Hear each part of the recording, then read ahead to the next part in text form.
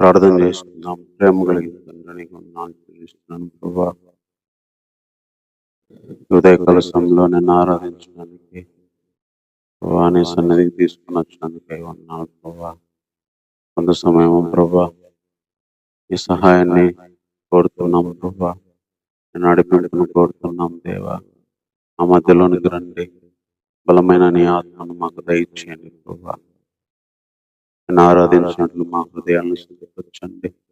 పరిశుద్ధాత్మ దేవా, మీరే మాకు సహాయం చేయండి. నీ రక్త ప్రోక్షణ కిందికి వస్తున్నాం ప్రభా. అయినా నీ యొక్క రక్తంలో మమ్మల్ని పవిత్రపరచండి, పరిశుద్ధపరచండి. కావలసిన మీ ఆత్మను ప్రభా మాకు దయచేయండి. మీ సన్నిధిని దయచేయండి. మీ ప్రభావాన్ని, మీ శక్తిని మీరు కనపరచండి ప్రభా. అయినా నీ కృపతో మమ్మల్ని ఈ సమయం దీవనకరంగా చేయండి ప్రభా. ఆరాధనలో మీరు సహాయపడండి, నిన్న పాటల్లో సహాయపడండి దేవా. నిన్ను ఆరాధించడానికి, నీ శక్తిని తెలుసుకోవడానికి సహాయపడండి. నీ గొప్పతనాన్ని అర్థం చేసుకొని నిన్ను ఆరాధించడానికి కావలసిన నీ ఆత్మను దయచేయండి. సమయం అంతా దీవెనకరంగా చేయమని కోరుకుంటూ ఈ ప్రార్థన మా రక్షకుడైన యేసుక్రీస్తు వారి నామంలో ప్రార్థించి వేడుకుంటున్నాము. ఆమేన్.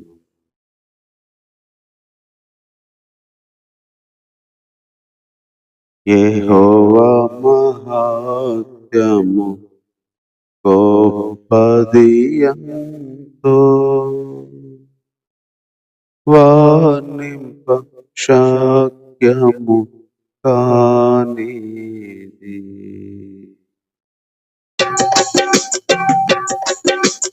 యెహోవా మహాత్మ్యము గొప్పది ఎంతో, వర్ణింప శక్యము కానిది. వర్ణింప శక్యము కానిది. యెహోవా మహాత్మ్యము గొప్పది ఎంతో.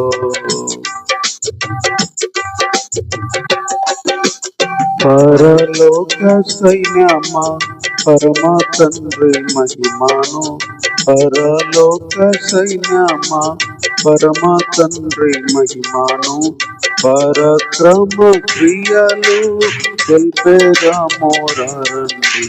పరక్రమ క్రియలు తెలిపేదాము రండి. పరిశుద్ధ దేవుని గొప్ప కార్యములు, పరిశుద్ధ దేవుని గొప్ప కార్యములు, పరిశుద్ధ కార్యము ప్రకటించుము. పరిశుద్ధ కార్యము ప్రకటించుము. యెహోవా మహాత్మ్యము గొప్పది ఎంతో, వర్ణింప శక్యము కానిది. వర్ణింప శక్యము కానిది.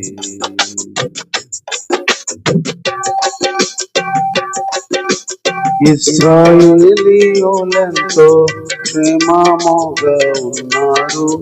ఇశ్రాయేలీయులెంతో క్షేమముగా ఉన్నారు. వారందరూ ఎంతో సొగసుగా ఉన్నారు. వారందరూ ఎంతో సొగసుగా ఉన్నారు. ప్రార్థించుచున్నాడు క్రీస్తు పరమునందు. ప్రార్థించుచున్నాడు క్రీస్తు పరమునందు. మీరు క్రీస్తులో సంపూర్ణులై ఉన్నారు. మీరు క్రీస్తులో సంపూర్ణులై ఉన్నారు. యెహోవా మహాత్మ్యము గొప్పది ఎంతో, వర్ణింప శక్యము కానిది. వర్ణింప శక్యము కానిది. మహత్యము కలిగిన దేవుడరుదించెను. మహత్యము కలిగిన దేవుడరుదించెను. మహిమను విడచి నరుడుగా జన్మించే మహిమను విడచి నరుడుగా జన్మించే ఆ శిల్వలో సాతానును జయించే ఆ శిల్వలో సాతానును జయించే యెహోవా మహాత్మ్యము గొప్పది ఎంతో వర్ణింపశక్యము కానిది వర్ణింపశక్యము కానిది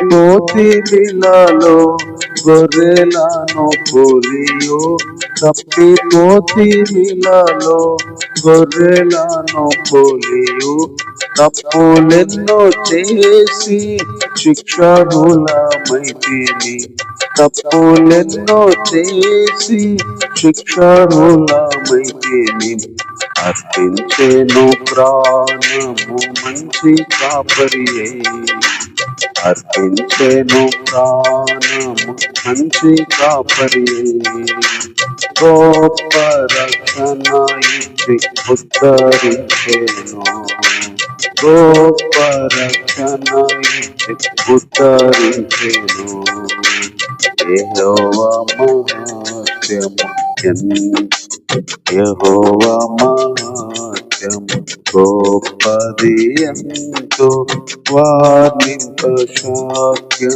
కానిది వర్ణింపశక్యము కానిది ఆదామునందు పోయే దేవుని మహత్యము ఆదామునందు పోయే దేవుని మహత్యము అందులమయుంటిమి అజ్ఞానులమైతిమి అందులమయుంటిమి అజ్ఞానులమైతిమి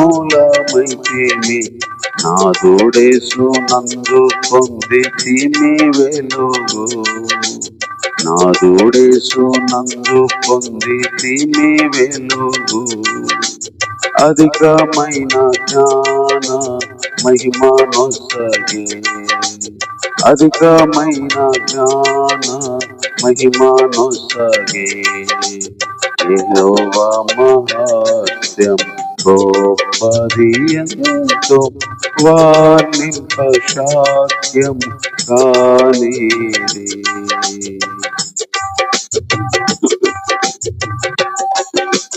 పాపముతో నిండిన పాపి నేడేరారమ్ము పాపముతో నిండిన పాపి నేడేరారమ్ము పాప ఫలితము మరణము సహింతువా పాప ఫలితము మరణము సహింతువా పాపుల రక్షకుడేసు రక్షింపనిలచే పాపుల రక్షకుడేసు రక్షింపనిలచే తప్పులొప్పుకొనము నిన్ను రక్షించును తప్పులొప్పుకొనము నిన్ను రక్షించును యెహోవా మహాత్మ్యము గొప్పది ఎంతో వర్ణింపశక్యము కానిది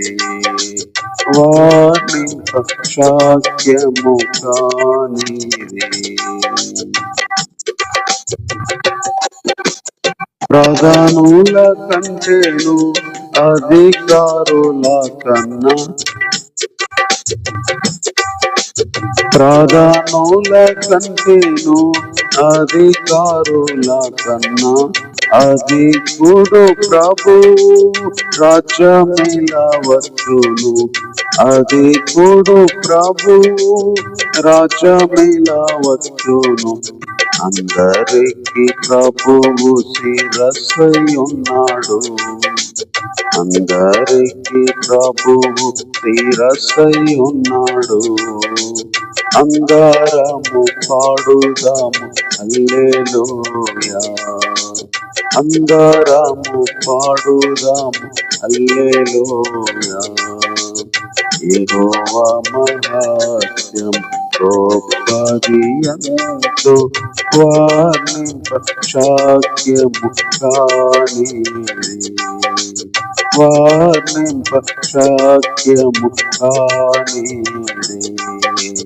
యెహోవా మహాత్మ్యం గొప్పది ఎంతో.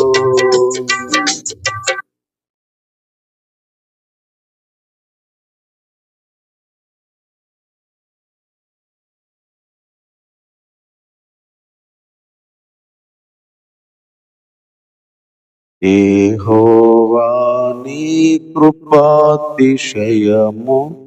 నిత్యము కీర్తింతున్. నిత్యము కీర్తింతున్.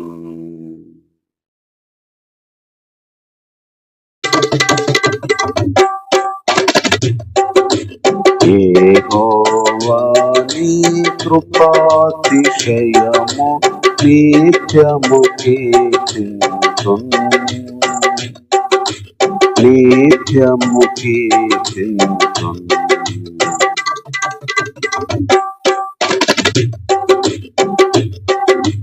తరతరములకు నీ విశ్వాసత తెలియపరచెదను. తెలియపరచెదను.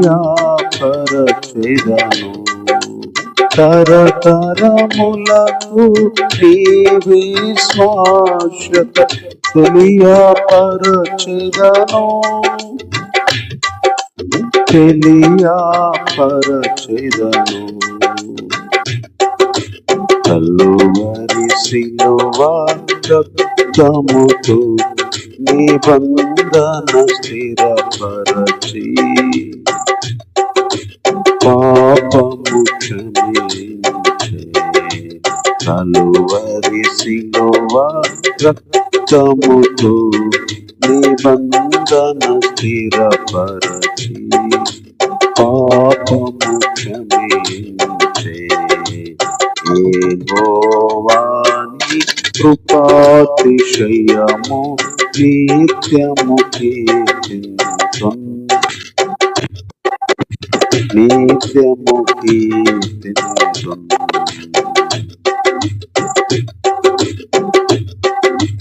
ప్రతిశోధనపై నీవు నాకు విజయము ఇచ్చెదవు. విజయము ఇచ్చెదవు. ప్రతిశోధనపై నీవు నాకు విజయము ఇచ్చెదవు. విజయము ఇచ్చెదవు. నన్ను విడిపించుటకు నీవు నమ్మదగిన వాడవు. నమ్మదగిన వాడవు. నన్ను విడిపించుటకు నీవు నమ్మదగిన వాడవు. నమ్మదగిన వాడవు. యెహోవా నీ కృపాతిశయమును నిత్యము కీర్తింతున్. నిత్యము కీర్తింతున్. నీదు వాత్సల్యము మాపై నూతనముగా ఉండును. నూతనముగా ఉండును. నీదు వాత్సల్యము నాపై నూతనముగా ఉండును. నూతనముగా ఉండును. నీదు విశ్వాసత గొప్పదై మారనిదై ఉండును. మారనిదై ఉండును. నీదు విశ్వాసత గొప్పదై మారనిదై ఉండున్ మారనిదై ఉండున్ యెహోవాని కృపాతిశయమును నిత్యము కీర్తింతున్ నిత్యము కీర్తింతున్ నీదు రాకడ వరకు నన్ను నిందారహితునిగా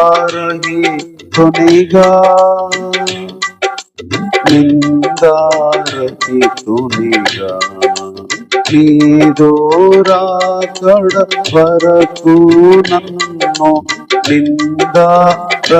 నిందారహితునిగా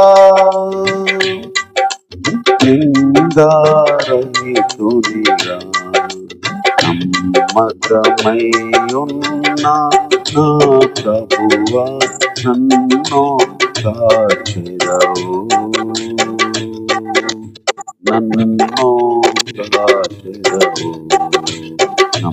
నమ్మకమై ఉన్న నా ప్రభువా నన్ను కాచెదవు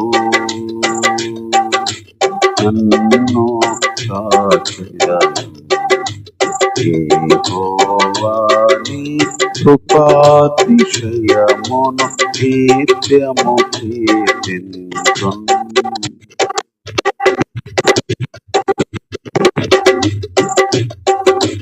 నిత్యము కీర్తింతున్ మంచి పోరాటము పోరాడి జయమును పొందెదను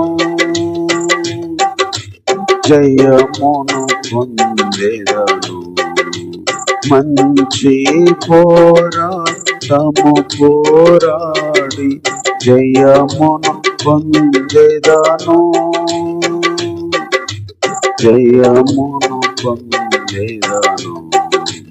మహిమా మకుటం ఇచ్చడి ప్రభునకు హల్లెలూయా పాడెదన్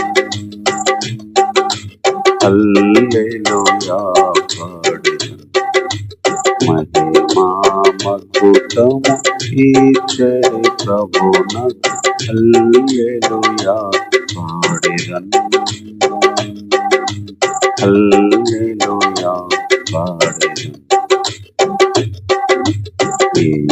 యెహోవాని కృపాతిశయము నిత్యము కీర్తింతున్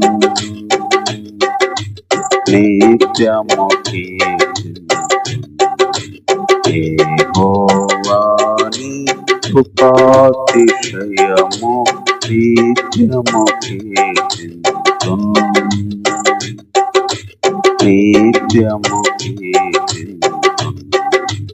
నీదు వాత్సల్యము నాపై నూతనముగా ఉండున్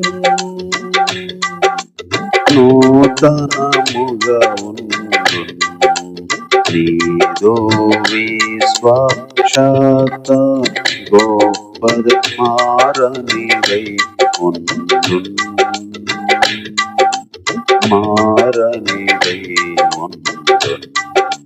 నీదు విశ్వాసతకు పాదై మారనిదై ఉండున్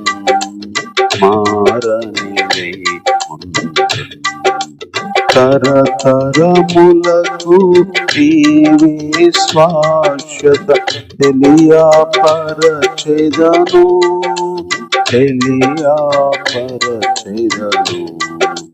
కలువరి సిలువ రక్తముతో నిబంధన స్థిరపరచి పాపము క్షమించే కలువరి సిలువ రక్తముతో నిబంధన స్థిరపరచి పాపము క్షమించే యెహోవాని కృపాతిశయము నిత్యము కీర్తింతున్ నిత్యము కీర్తింతున్.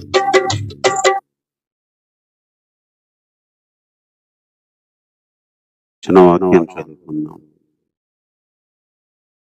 కీర్తనల గ్రంథము 91 కీర్తన 1వ వచనాన్ని చదువుకుందాం. ప్రభువా, తరతరముల నుండి మాకు నివాస స్థలము నీవే. పర్వతములు పుట్టకమునకు భూమిని లోకమును నీవు పుట్టింపకమును యుగ యుగములు నీవే దేవుడు. ప్రేమ కలిగిన తండ్రి, ఉదయకాల సమయంలో నిన్ను ఆరాధించడానికి వచ్చింటుండగా కొద్దిగా మాకు సహాయపడు ప్రభా. కావలసిన మీ ఆత్మను దయచేయండి, మీ నడిపింపును దయచేయండి ప్రభా. జీవం కలిగిన నీ మాటలు వినడానికి ప్రభా పరిశుద్ధమైన ఆత్మను మాకు దయచేయి తండ్రి. నీ శక్తిని, నీ గొప్పతనాన్ని ప్రభా, నిన్ను గురించిన తలంపులు కొన్ని మాకు అనుగ్రహించి తద్వారా నేను ఆరాధించడానికి మమ్మల్ని సిద్ధపరచమని ఈ ప్రార్థన మా రక్షకుడైన యేసుక్రీస్తు వారి నామములో ప్రార్థించి వేడుకుంటున్నాము తండ్రి. ఆమేన్. ఈ చదువుకున్న ఈ కీర్తన ఇది మోషే రాసిన కీర్తన అని మరి పైన చెప్పబడతా ఉంది. ఆయన ఈ కీర్తనలో దేవుని గురించి కొన్ని విషయాలు చెప్తున్నాడు. ప్రభువా, తరతరముల నుండి మాకు నివాస స్థలము నీవే. ఇక్కడ ఏం చెప్తున్నాడంటే తరతరముల నుండి. తరతరములంటే everlasting to everlasting అని ఉంది ఇంగ్లీష్లో అయితే. అంటే నిత్యము నుండి నిత్యత్వానికి, అంటే ఆది లేని తరము నుంచి అంతము లేని తరం వరకు. ఆ తరం ఎప్పుడు స్టార్ట్ అయిందో తెలియదు, ఆ తరం ఎప్పుడు అంతమవుద్దో తెలియదు. తరతరముల నుండి మాకు నివాస స్థలము నీవు. ఇక్కడ ఏం చెప్తున్నాడంటే మాకు నివాస స్థలము నీవు అంటున్నాడు. నీ దగ్గర మాకు నివాస స్థలము ఉంది అని చెప్పట్లేదు, నీవే మాకు నివాస స్థలము. దవర్ మై డ్వెల్లింగ్ ప్లేస్ అని. అంటే నీవే మేము నివసించే స్థలం, నీవే మేము ఉండే స్థలం, నీవే మా నివాస స్థలం. నీ దగ్గర నివాస స్థలము లేదు, నీవే మా నివాస స్థలం. నీ దగ్గర నివాస స్థలము ఉంది అనడానికి, నీవే మా నివాస స్థలము అనడానికి చాలా తేడా ఉంది. ఇక్కడ తరముల నుంచి, కోట్ల సంవత్సరాల నుంచి, లేదా యుగ యుగాల నుంచి, అది ఎప్పుడు స్టార్ట్ అయిందో తెలియదు, ఎప్పుడు అంతమవుతుందో తెలియదు. అలాంటి ఒక యుగ యుగాలు తరతరాల నుండి you are my dwelling place, నీవే మాకు నివాస స్థలం. ప్రతి మనుషునికి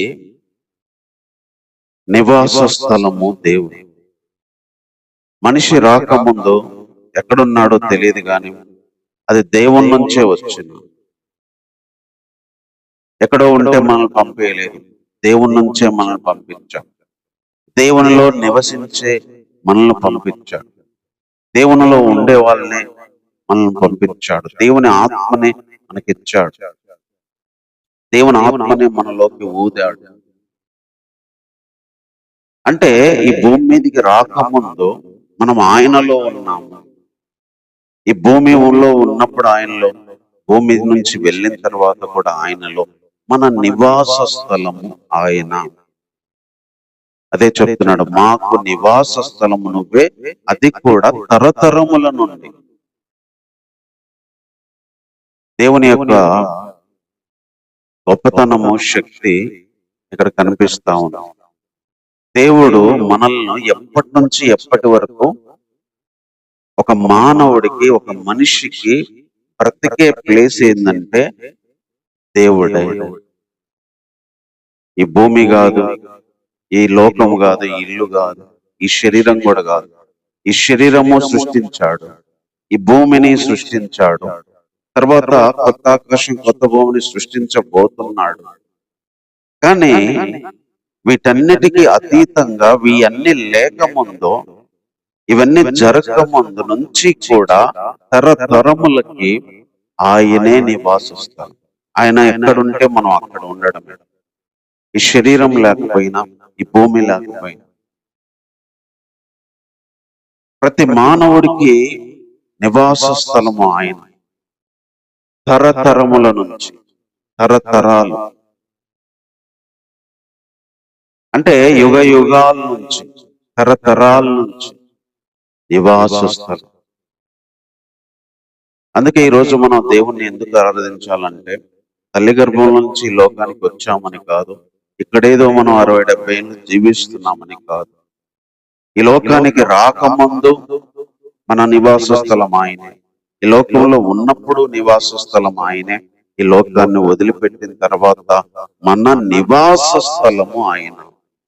ఆయన దగ్గర మనకు నివాస స్థలము కాదు, మన నివాస స్థలమే ఆయన. మనము నివసించేదే ఆయనలో, మనం బ్రతికేదే ఆయన. అవసరమైనప్పుడు ఆయనలోనే బ్రతికించగలడు, ఈ భూమి మీదకి తీసుకురాగలడు, ఈ శరీరంతో ఉంచగలడు, మళ్ళీ ఈ శరీరం నుంచి వేరే శరీరంలోకి మార్చగలడు, ఆ వేరే శరీరానికి వేరే లోకాన్ని ఆయన సృష్టించగలడు. కానీ దేవుడే నివాస స్థలం. ఒక మనిషి బ్రతకడానికి తరతరముల నుంచి కారణము, ప్లేసు దేవుడు. అదే ఇక్కడ చెప్తున్నాడు, మాకు నివాస స్థలము నీవు. తర్వాత ఇంకొక మాట ఏం చెప్తున్నాడంటే, పర్వతాలు పుట్టింపక మునుపు, భూమిని లోకమును నీవు పుట్టింపక మునుపు, యుగ యుగములు నీవే దేవుడు. ఈ భూమి ఆకాశాలు పుట్టక ముందు, పర్వతాలు పుట్టక ముందు నీవే యుగ యుగములు దేవుడు. దవ్వార్ మై గాడ్, నీవే యుగ యుగములు దేవుడవు. భూమి రాకముందు, పర్వతాలు రాకముందు, యుగ యుగల ముందు, everlasting to everlasting, నిత్యత్వం నుండి నిత్యత్వానికి దేవుడవు నీవే. రెండు విషయాలు ఫిక్స్డ్ అన్నమాట. ఒక మనిషికి నివాస స్థలము తరతరముల నుంచి ఆయనే, తరతరముల నుండి కూడా దేవుడు ఆయనే. భూమి పుట్టక ముందు దేవుడు ఆయనే, పర్వతాలు పుట్టక ముందు దేవుడు ఆయనే, భూమి ఆకాశాలు వచ్చిన తర్వాత దేవుడు ఆయనే, ఇవన్నీ భూమి ఆకాశాలు తీసివేయబడిన తర్వాత దేవుడు ఆయనే. యుగ యుగాలు దేవుడు ఆయనే, వేరే దేవుడు లేడు. దేవుడిగా ఉనికి కలిగిన వాడు ఆయనే. యుగ యుగాల నుంచి యుగ యుగాలకి, తరతరాల నుంచి తరతరాలకి దేవుడుగా ఏకైకంగా నిరంతరం ఉన్న వ్యక్తి. రెండు ప్లేసులు స్థిరం. మానవునికి నివాసము ఆయన, దేవుడిగా తరతరాలు యుగ యుగాలు జీవించింది, ఉండబోయేది, రాబోయేది అంతా ఆయన. పర్వతాలు రాకముందు, ఈ భూమి రాకముందు దేవుడే, ఇవన్నీ వచ్చినాక దేవుడే, ఇవన్నీ రేపు తీసివేస్తాడు, అప్పుడు దేవుడే. అందుకనే దేవుడికి ఆది లేదు, అంతం లేదు. ఎప్పటి నుంచి ఉన్నాడో తెలియదు, ఎప్పుడు దాకా ఉంటాడో తెలియదు. అందుకే నేను ఉన్నవాడను అంటాడు. గతంలో ఉంటాడు, ఉన్నవాడే, ఇప్పుడు ఉన్నవాడే, రాబోయే తరాల్లో ఉన్నవాడే, ఈ సృష్టి యుగ యుగాల్లో ఉన్నవాడు. ఇది మన ఆలోచన కూడా అర్థం కాదు. ఎప్పటి నుంచి ఉన్నావు, ఎప్పుడు దాకా ఉంటావు అని అర్థం చేసుకోవడానికి ఆయన మనిషి కాదు. మనిషిని మనము మన జ్ఞానంతో ఎప్పటి నుంచి ఉన్నాడో, ఎప్పుడు దాకా ఉండేవాడో, ఉంటాడో అంచనా వేయగలం. ఇదే క్వశ్చన్ ని దేవునికి అప్లై చేయలేం. ఎప్పటి నుంచి ఉన్నాడో ఆన్సర్ దొరకదు, ఎప్పుడు దాకా ఉంటాడో తెలియదు. అదే చెప్తున్నాడు, భూమిని పర్వతాలను పుట్టించక మనకు తరతరముల నుంచి, everlasting to everlasting, నిత్యత్వాలకి, నిత్యము నుండి నిత్యానికి నీవే దేవుడవు, నీవే దేవుడు. ఇవన్నీ వచ్చిన దేవుడు ఆయనే, రాకముందు దేవుడు ఆయనే, ఇవన్నీ పోయిన తర్వాత దేవుడు ఆయనే. మోషే గారు కొన్ని గొప్ప తలంపులు దేవుని గురించి చెప్తున్నాడు. ఈ సృష్టిలో ఏది రాకముందు ఉన్నవాడు, ఈ సృష్టి తీసివేసిన తర్వాత ఉండేవాడు, కొత్త సృష్టి వచ్చినప్పుడు ఉండబోయేవాడు, తరతరాలు ఉండేవాడు దేవుడు ఆయన. తరతరాల నుంచి నివాస స్థలము మనకు ఆయనే, తరతరాలు దేవుడు ఆయన. తర్వాత ఇంకొక మాట ఇక్కడ చెప్తున్నాడు, నీవు మనుషుల్ని మంటికి మారుస్తున్నావు, నరులారా తిరిగి రండని నీవు సెలవిస్తున్నావు. నీ దృష్టికి 1000 సంవత్సరములు గతించిన నిన్నటి వలె ఉన్నవి, రాత్రి అందలి ఒక జామ వలె ఉన్నవి.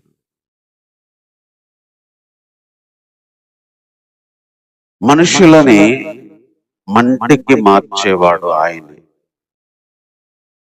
ప్రపంచ చరిత్రలో ఏ మనిషి అయినా మట్టికి వెళ్ళాల్సిందే. ఎందుకంటే మట్టి నుంచి చేసింది ఆయనే, అదే మట్టిలోకి తీసుకెళ్లేది ఆయనే. దేవుని గొప్పతనం అది. మట్టిని మనిషిగా చేసింది ఆయనే, మనిషిని మట్టిగా చేయబోయేది ఆయన. మనిషి మట్టి, మట్టి మనిషి. ఆ ఒక్క పవర్ ఎవరికైనా ఉందంటే అది దేవుని. మనందరం మట్టే, మనిషిగా మారాం. మనిషిగా మారిన మనము మరలా మట్టిగా మారబోతున్నాం. ఎవరో ఒప్పుకున్నా ఒప్పుకోకపోయినా ఇది జరిగే ప్రక్రియ. ప్రతి మనిషి మట్టికి వెళ్లాల్సిందే. ఎంతో మంది మట్టి అయిపోయారు, మట్టికి చేరారు. గొప్ప గొప్ప వాళ్ళు మట్టికి అయిపోయారు. మట్టిలో ఉంచిన ప్రతి ఒక్క వ్యక్తి మట్టి అయిపోతాడు. అది ఎంత పెద్ద ధనికుడైనా, ఆస్తిపరుడైనా, ఎంత పెద్ద హోదాలో ఉన్న వ్యక్తి అయినా, డబ్బులు ఉన్న వ్యక్తి అయినా, ఈ ప్రపంచంలో మనిషిగా పుట్టిన ప్రతి వ్యక్తి మట్టిగా మారాడు. అందుకే ఇక్కడ చెప్తున్నాడు, మంటికి మనుషులను మారుస్తున్నాం. You are convert into dust అన్నమాట. మట్టిని మనిషిని తీసుకొచ్చి మట్టిగా మారుస్తున్నాడు, కన్వర్ట్ చేస్తున్నాడు. ఆ పవర్ ఆయన. కానీ మనకున్న గొప్పతనం ఏంటంటే ఈ మనుషులని మట్టికి మారుస్తున్నాడు, తర్వాత మహిమలోకి కూడా ఆయన మార్చబోతున్నాడు. మట్టికి మార్చగలిగింది ఆయన, మట్టి నుంచి మహిమలోకి మార్చగలిగింది ఆయన. ఒక మనిషిని మట్టి నుంచి మనిషిగా చేసింది ఆయనే, మళ్ళీ మనిషి నుంచి మట్టికి మార్చేది ఆయనే, తర్వాత మట్టి నుంచి మహిమలోకి మార్చేది కూడా ఆయన. అందుకే వాళ్ళను తిరిగి రమ్మని పిలుస్తున్నాడంట. తిరిగి రమ్మని అంటే ఒకప్పుడు ఆయన దగ్గర ఉన్నవాళ్ళు, ఒకప్పుడు ఆయనలో ఉన్నవాళ్ళు, ఆయనే నివాసిస్తున్నారు. వాళ్ళను తిరిగి రమ్మని పిలుస్తున్నాడు. ఎలా? మహిమతో. మట్టికి వెళ్ళిన వారిని మహిమలోకి పిలుస్తున్నాడు, మహిమను ధరించే వారిగా పిలుస్తున్నాడు. ఇవి దేవుని గొప్పతనాలు, దేవుని లక్షణాలు చెప్తున్నాడు. దేవుడే నివాస స్థలంగా ఉన్నాడు మనకి యుగ యుగాలు, తరతరాలు. దేవుడే యుగ యుగాల నుంచి దేవుడు. దేవుడే మనిషిని మట్టి నుంచి చేసింది, మట్టికి మార్చేది, తర్వాత మహిమకు మార్చేది. తర్వాత ఇంకొక లక్షణాన్ని చెప్తున్నాడు దేవుడి గురించి. 4వ వచనంలో ఏం చెప్తున్నాడంటే, నీ దృష్టికి 1000 సంవత్సరములు గతించిన నిన్నటి వలె ఉన్నవి, నీ దృష్టికి రాత్రి అందలి ఒక జాము వలె ఉంది.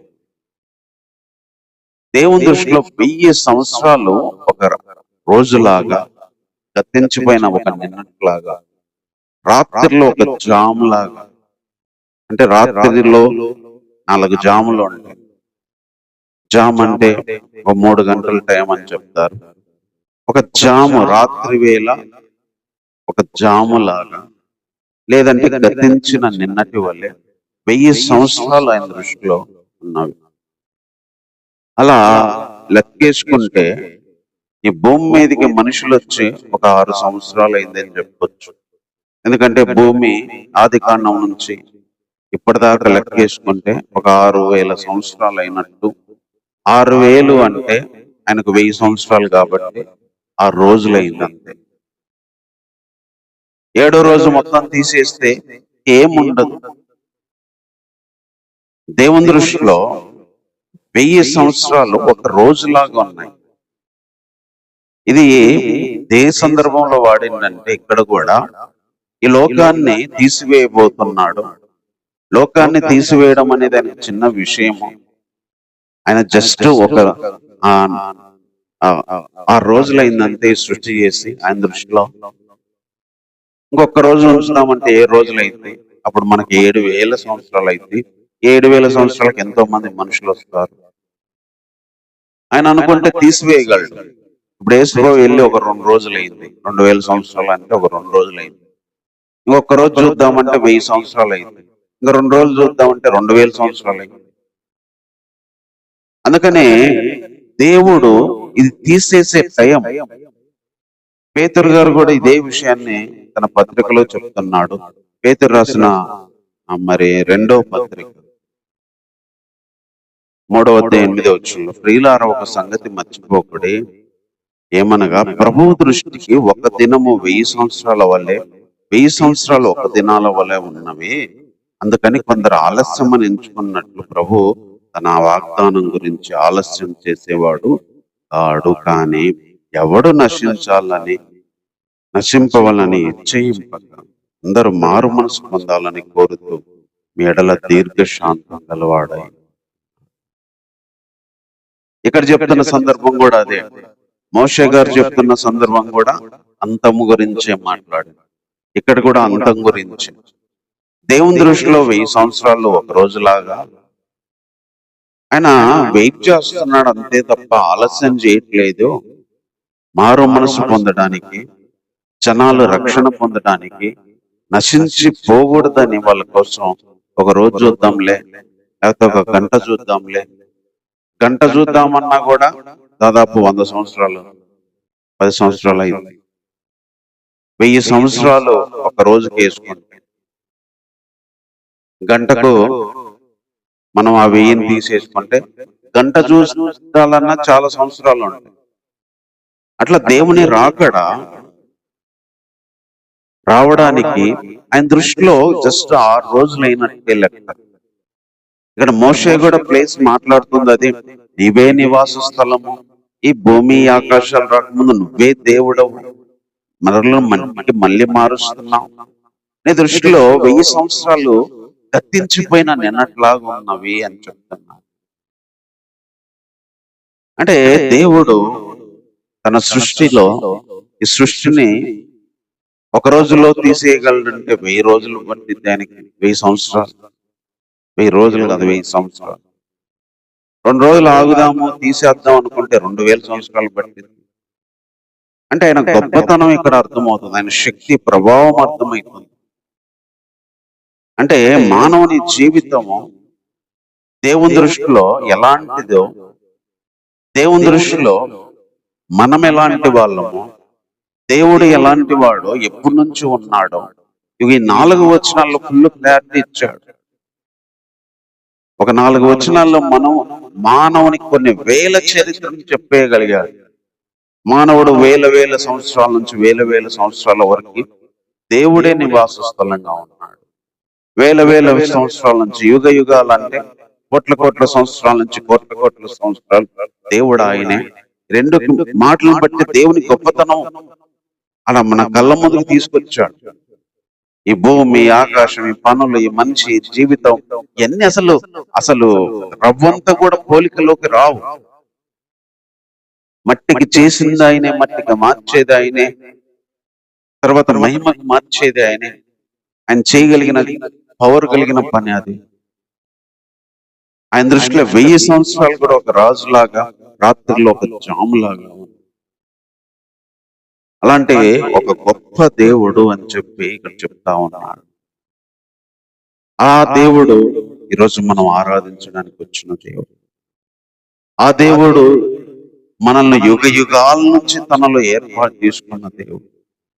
యుగ యుగాలు మనకు నివాస స్థలంగా ఉన్నాయి. అందుకే మనము జగత్తు పునాది వేయబడక ముందే ఏర్పాటు చేసుకున్నాడు. మనందరం జగత్తు వేయబడక ముందే దేవునికి తెలుసు. ఈ జగత్తంతా తీసివేసినాక దేవునితో ఉంటామని తెలుసు. ఆయన ఆలోచనలో మనము ఎప్పుడో ఉన్నాం. ఆయన యుగ యుగాలు దేవుడు, తరతరాలు దేవుడు, నిత్యత్వం నుంచి నిత్యత్వానికి దేవుడు. అందుకే ఆయనకు ఆది లేదు, అంతం లేదు. ఆయన నరులను మట్టిగా చేశాడు. అదే మట్టిలోకి నరులను మార్చగలడు. దేవు దృష్టికి 1000 సంవత్సరాలు కూడా జస్ట్ ఒక్క రోజుతో సమానమైన ఈ సృష్టించి కూడా ఆయన దృష్టిలో ఈ లెక్క ప్రకారం అయితే ఒక 6 రోజులే అయింది. ఇంకొక 6 రోజులు చూద్దామంటే 6000 సంవత్సరాలు అయితే ఆయన రాకడ. లేదు ఒక రోజు చూద్దామంటే 1000 సంవత్సరాలు అయింది. లేదు ఒక పూట చూద్దాము, రోజుల్లో సగం చూద్దామంటే 500 సంవత్సరాలు అయితే ఆయన రాకడ. దేవుని రాకడ ఒక 6 గంటలు చూద్దామంటే 250 సంవత్సరాలు అయితే, ఒక 3 గంటలు చూద్దామంటే 125 సంవత్సరాలు అయితే ఆయన రాకడ. ఒక గంటన్నర చూద్దామంటే దాదాపు 62.5 సంవత్సరాలు అయింది. జస్ట్ ఒక గంట ఆలస్యం చేద్దాము రాకడను, ఒక గంట ఆగి వెళ్దాంలే అనుకుంటాం. ఆయన దృష్టిలో ఎన్నో వేల సంవత్సరాలతో లెక్క. ఈ 4 వచనాల్లో దేవుణ్ణి, మనుషుల్ని, సృష్టిని, దేవుని గొప్పతనాన్ని, ఆయన యుగ యుగాల చరిత్రను మొత్తాన్ని తీసుకొచ్చాడు. ఒక మనిషి జీవితము దేవుని ఎదుట ఎలాంటిదో చూపిస్తా ఉంది. దేవుని గొప్పతనము, దేవుని శక్తి, దేవుని ప్రభావము, ఆయన యుగ యుగాలు జీవించే ఆ యొక్క ఉన్నతమైన ఆ యొక్క స్టాండర్డ్ ఆ క్వాలిటీ అన్నమాట. ఈరోజు మనం అలాంటి గొప్ప దేవుణ్ణి ఆరాధించడానికి వచ్చాం. నెక్స్ట్ మట్టిగా పుట్టించాడు, మట్టిగా చేయబోయేది ఆయన. ఇది ఈ అధ్యాయాల్లో ఈ 4 వచనాలు కూడా దేవుని గొప్పతనం గురించి మాట్లాడుతూ వచ్చాడు. కాబట్టి తలంపులను బట్టి కొద్ది నిమిషాలు దేవుణ్ణి ఆరాధించుకుంటాం. ఈరోజు మనం ఆరాధించడానికి వచ్చిన దేవుడు అలాంటి గొప్ప దేవుడు, అలాంటి ఉన్నతమైన దేవుడు. మనకు నివాస స్థలము ఆయనే. యుగ యుగాల నుంచి, తరతరాల నుంచి మాకు నివాస స్థలము నీవు. ఈ ఇల్లు కాదు నివాస స్థలము, ఈ శరీరము కాదు ఈ నివాస స్థలము, ఈ లోకము కాదు నివాస స్థలము, ఈ భూమి కాదు నివాస స్థలము. తరతరముల నుంచి ఆయనే మన నివాస స్థలం. రాకముందు ఆయనలోనే ఉన్నాం, వచ్చాక ఆయనలోనే ఉంటున్నాం, తర్వాత వెళ్ళిపోయిన తర్వాత కూడా ఆయనలోనే మనం ఉండబోయేది. తరతరాలు ఉండేది, యుగ యుగాలు ఉండేది. ఈ శరీరం మధ్యలో వచ్చింది, ఈ లోకం మధ్యలో వచ్చింది, ఇవన్నీ పోతాయి. దేవుడే మన నివాస స్థలం, దేవుడే మనం ఉండే స్థలం. ఈ శరీరము కాదు, ఈ లోకము కాదు. అలాంటి ఒక నిత్యమైన ఏర్పాటు, నిత్యమైన బంధము దేవునికి మనకుంది. నిత్యములో ఏర్పాటు చేసుకున్నాడు. జగత్తు పునాది వేయబడక ముందు ఏర్పాటు చేసుకున్నాడు. యుగ యుగాలు ఉండాలని ఏర్పాటు చేసుకున్నాడు. అలాంటి దేవుడు మనకున్నాడు. దేవా నీవే నివాసిస్తాను. భూమి మీద ఉంటే ఉన్నా నీవే నివాసిస్తాను, ఈ శరీరంలో ఉన్నా నివాసిస్తాను, ఈ భూమి ఆకాశాలు పోయినా నివాసిస్తాను. నీవే, నువ్వు ఎక్కడుంటే అదే నేను నివసించే స్థలం. అలా మీరు మమ్మల్ని ఏర్పాటు చేసుకున్నారని చెప్పి దేవుని ఆరాధించేద్దాం. తరతరాల నుంచి, యుగ యుగాల నుంచి, పర్వతాలు పుట్టించక ముందు, భూమిని రవ్వంతైనా సృష్టించక ముందు, తరతరాలకి దేవుడు ఆయన, యుగ యుగాలకి దేవుడు ఆయన. మనం రాకముందు దేవుడు ఆయన, వచ్చినాక దేవుడు ఆయన, యుగ యుగాలు దేవుడు ఆయన. ఎప్పటి నుంచి దేవుడుగా ఉన్నాడో ఎవరికి తెలియదు, ఎప్పటిదాకా దేవుడుగా ఉంటాడో ఎవరికి తెలియదు. అందుకే ఆయన పేరు ఉన్నవాడు, యెహోవా ఉన్నవాడు. ఉన్నవాడు అంటే ఎప్పటి నుంచి ఉన్నాడో తెలియదు, ఉన్నవాడు ఉంటాడంతే. మనకు ఆ ఊహ కూడా అర్థం కాదు. అలాంటి ఉన్నతమైన దేవుడు. అందుకే యెహోవా అని ఆయనకు పేరు. యెహోవా అంటే ఉన్నవాడు, అనువాడు. హయాము హయాం అని ఉంది ఇంగ్లీష్ లో. ఉన్నవాడు ఎవరైతే ఉన్నాడో ఆయన్నే నేను, ఉన్నవాడు ఆయన. యుగ యుగాలకు నువ్వే దేవుడవి, యుగ యుగాల నువ్వే నీ వాసస్థలం. మనుషులను మట్టితో తయారు చేసింది ఆయనే, తిరిగి మట్టికి మార్చేది ఆయనే. తన దగ్గర నుంచి ఈ లోకానికి పంపించింది ఆయనే, ఈ లోకం నుంచి మళ్ళీ తన దగ్గరికి పిలుచుకునేది ఆయనే. ఈ ప్రాసెస్ ఈ భూమి మీద జరిగిస్తా ఉన్నాడు దేవుడు. అంత శక్తి ఆయనకే ఉంది. ఇక్కడ ఉన్నామంటే ఆయన పంపించాడు. మట్టి నుంచి మనిషిగా చేశాడు, మనిషి నుంచి మట్టిగా మార్చబోతున్నాడు. ఒకరోజు మళ్ళీ వచ్చి అదే మట్టిని మళ్ళీ పిలిచి మహిమతో లేపబోతున్నాడు. అలాంటి గొప్ప దేవుడు ఈరోజు మనం ఆరాధించడానికి వచ్చిన ఆయన దృష్టిలో 1000 సంవత్సరాలు ఒక రోజులాగా, ఒక జాములాగా ఉన్నాయి. మనము మన జీవిత కాలం అంతా కూడా ఆయన దృష్టిలో ఒక రోజు కాదు కదా, ఒక గంట, ఒక గంటన్నరతో సమానం, ఒక 2 గంటలతో సమానం. ఎంత చిన్న జీవితం మనది. 1000 సంవత్సరాలు ఒక రోజు అయితే మనకిచ్చిన 60-70 సంవత్సరాల జీవితము ఒక గంటన్నర, 2 గంటలతో సమానం. దేవుని దృష్టిలో ఒక మనిషి జీవితం ఒక 2 గంటలే. ఆ 2 గంటలు అంటే 100 సంవత్సరాల్లో అటు ఇటు లెక్క వచ్చింది. దేవుని దృష్టిలో మన జీవితం ఒక 2 గంటలు, 2 గంటలు భూమి మీద ఉండడానికి పంపించాడు. కొంతమంది గంటే ఉంటున్నారు, కొంతమంది అర్ధ గంటే ఉంటున్నారు దేవుని దృష్టిలో ఈ భూమి మీద.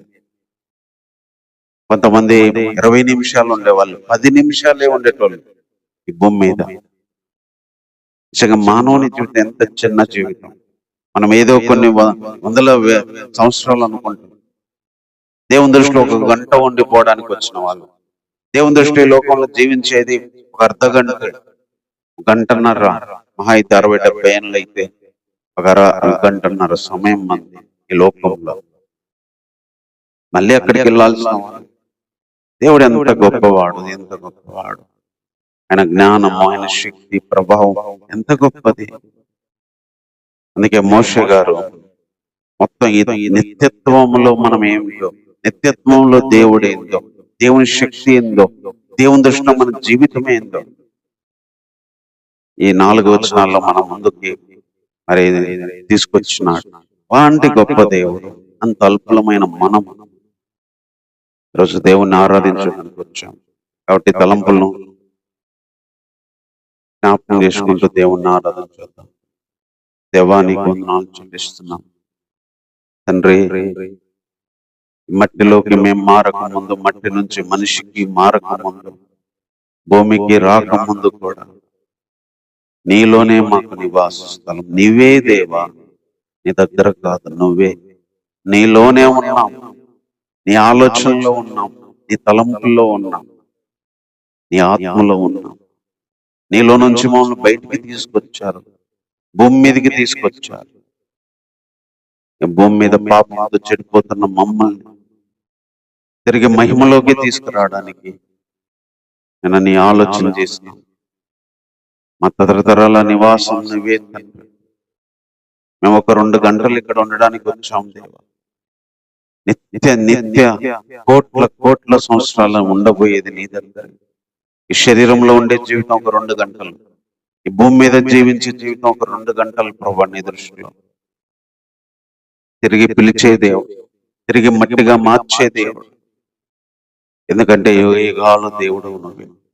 మట్టికి మార్చగలిగిన ఏకైక శక్తి నీది ప్రభు. నరులను తిరిగి పిలిచే శక్తి మీది ప్రభు. ఎంత గొప్ప నరుడైనా వెళ్ళిపోవాల్సిందే, ఎంత గొప్ప అన్ని కలిగి ఉన్న వ్యక్తి అయినా మట్టిలోకి మారాల్సిందే, బూడిద అవ్వాల్సిందే ప్రభు.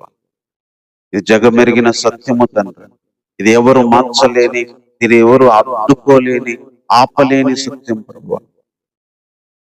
అది చేస్తుంది మీరు నాయన, అలా నియమించింది మీరు ప్రభు. అలా అనుకొని జరిగిస్తుంది మీరు. ఎందుకంటే యుగ యుగాల దేవుడు నువ్వే. ఇవన్నీ పుట్టక ముందు దేవుడు నువ్వే, పుట్టినాక దేవుడు నువ్వే, తరతరములు దేవుడు నువ్వే ప్రభా.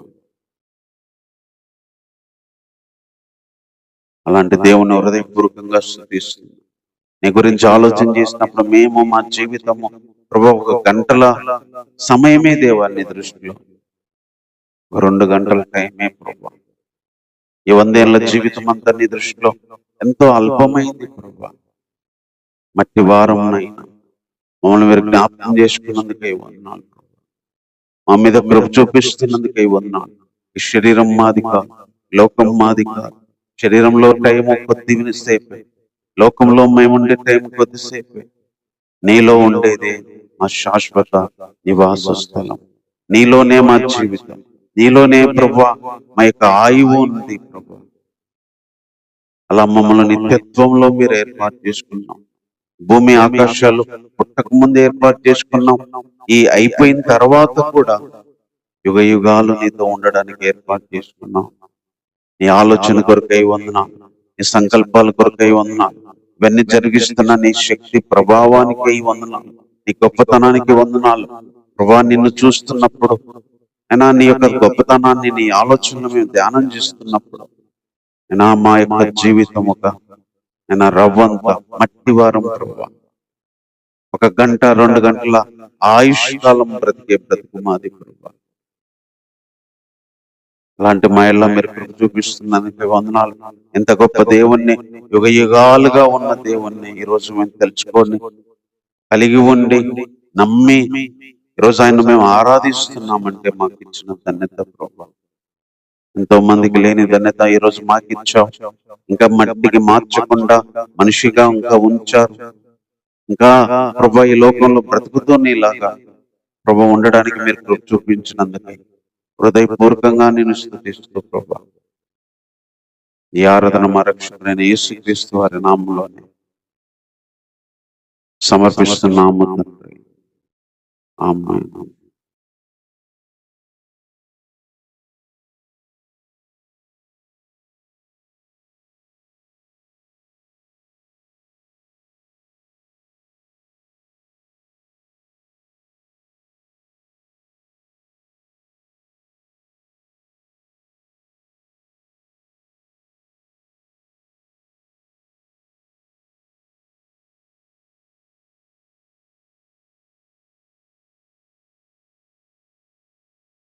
అల్ఫా ఓమేగయైనా మహిమాన్వితుడా, అద్వితీయ సత్యవంతుడా, నిరంతరం స్తోత్రార్హుడా.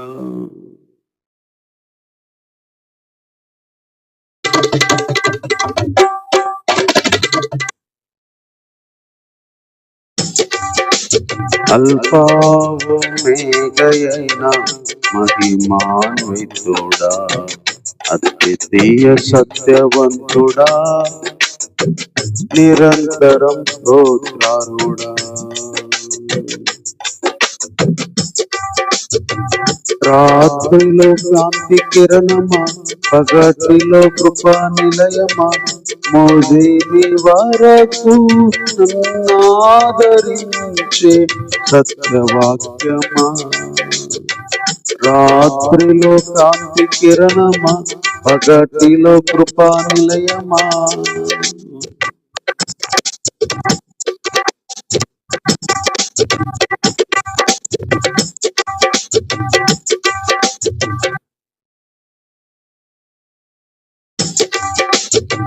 రాత్రిలో కాంతి కిరణమా, పగటిలో కృపా నిలయమా, మోదిని వరకు నన్నాదరించే సత్యవాక్యమా. నాతో స్నేహమై నా సౌఖ్యమై నన్ను నడిపించే నా యేసయ్యా. నాతో స్నేహమై నా సౌఖ్యమై నన్ను నడిపించే నా యేసయ్యా. అల్ఫా ఒమేగయైన మహిమాన్వితుడా, అద్వితీయ సత్యవంతుడా, నిరంతరం స్తోత్రాలుడా.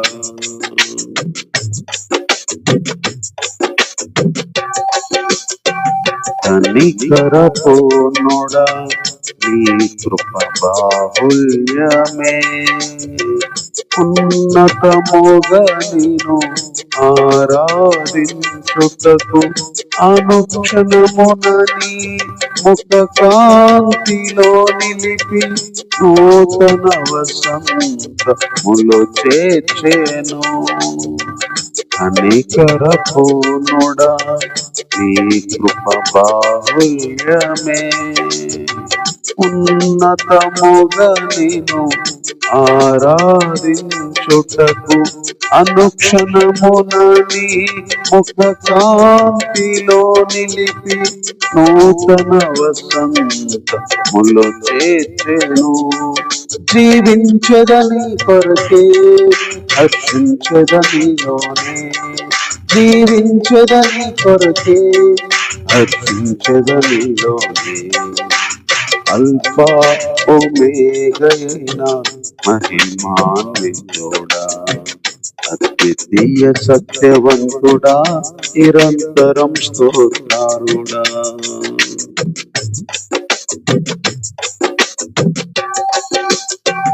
తేజోమయుడా, నీ దివ్య సంకల్పమే ఆశ్చర్యకరమైన వెలుగులో నడుపుటకు ఆశ నిరాశల వలయాలు తప్పించి అగ్ని జ్వాలగా నన్ను చేసెను. తేజోమయుడా, నీ దివ్య సంకల్పమే ఆశ్చర్యకరమైన వెలుగులో నడుపుటకు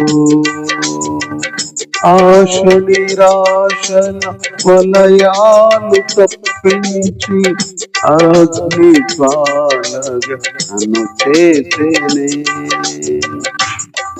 నా స్తుతి కీర్తన నీవే, స్తుతి ఆరాధన నీకే, నా స్తుతి కీర్తన నీవే, స్తుతి ఆరాధన నీకే. అల్ఫా ఒమేగయైన మహిమాన్వితుడా, అద్వితీయ సత్యవంతుడా, నిరంతరం స్తోత్రాలుడా. అల్ఫా ఒమేగయైన మహిమాన్వితుడా, అద్వితీయ సత్యవంతుడా, నిరంతరం స్తోత్రాలుడా.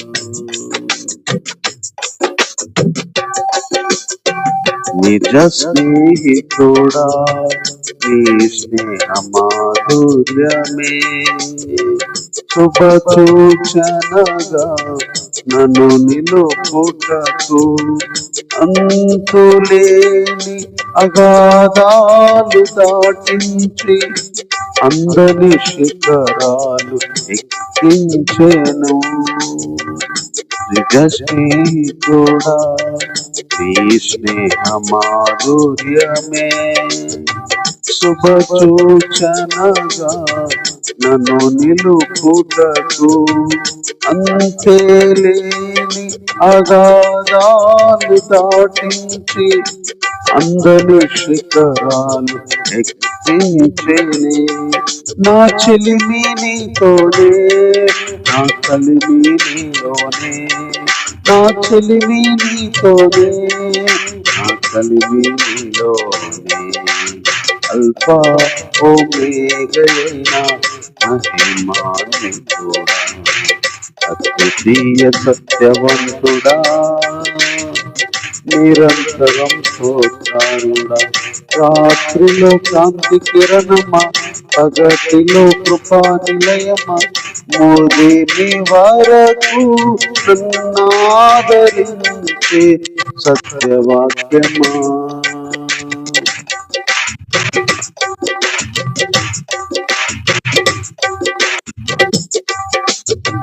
రాత్రిలో కాంతి కిరణమా, పగటిలో కృపా నిలయమా, ఉదిమి వరకు నన్నాదరించే సత్యవాక్యమా.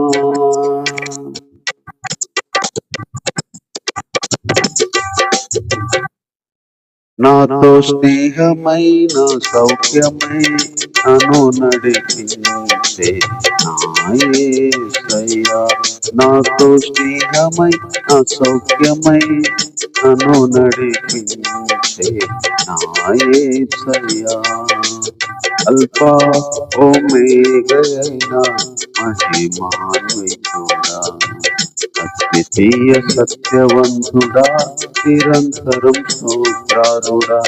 రాత్రిలో కాంతి కిరణమా, పగటిలో కృపా నిలయమా, మోదిమి వరకు నన్నాదరించే సత్యవాక్యమా.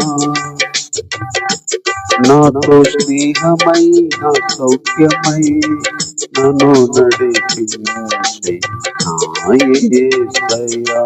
నాతో స్నేహమై నా సౌఖ్యమై నన్ను నడిపించే నా యేసయ్యా. అల్ఫా ఓమేగయైన మహిమాన్వితుడా.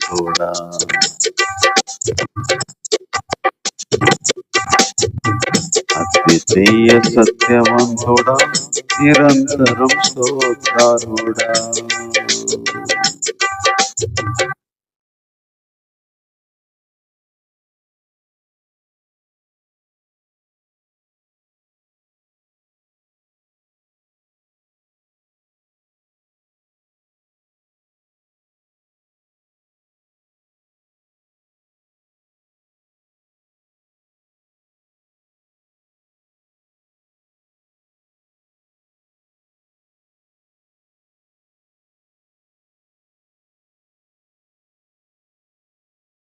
ఇదే కీర్తన 91 కీర్తన చదువుకుందాం.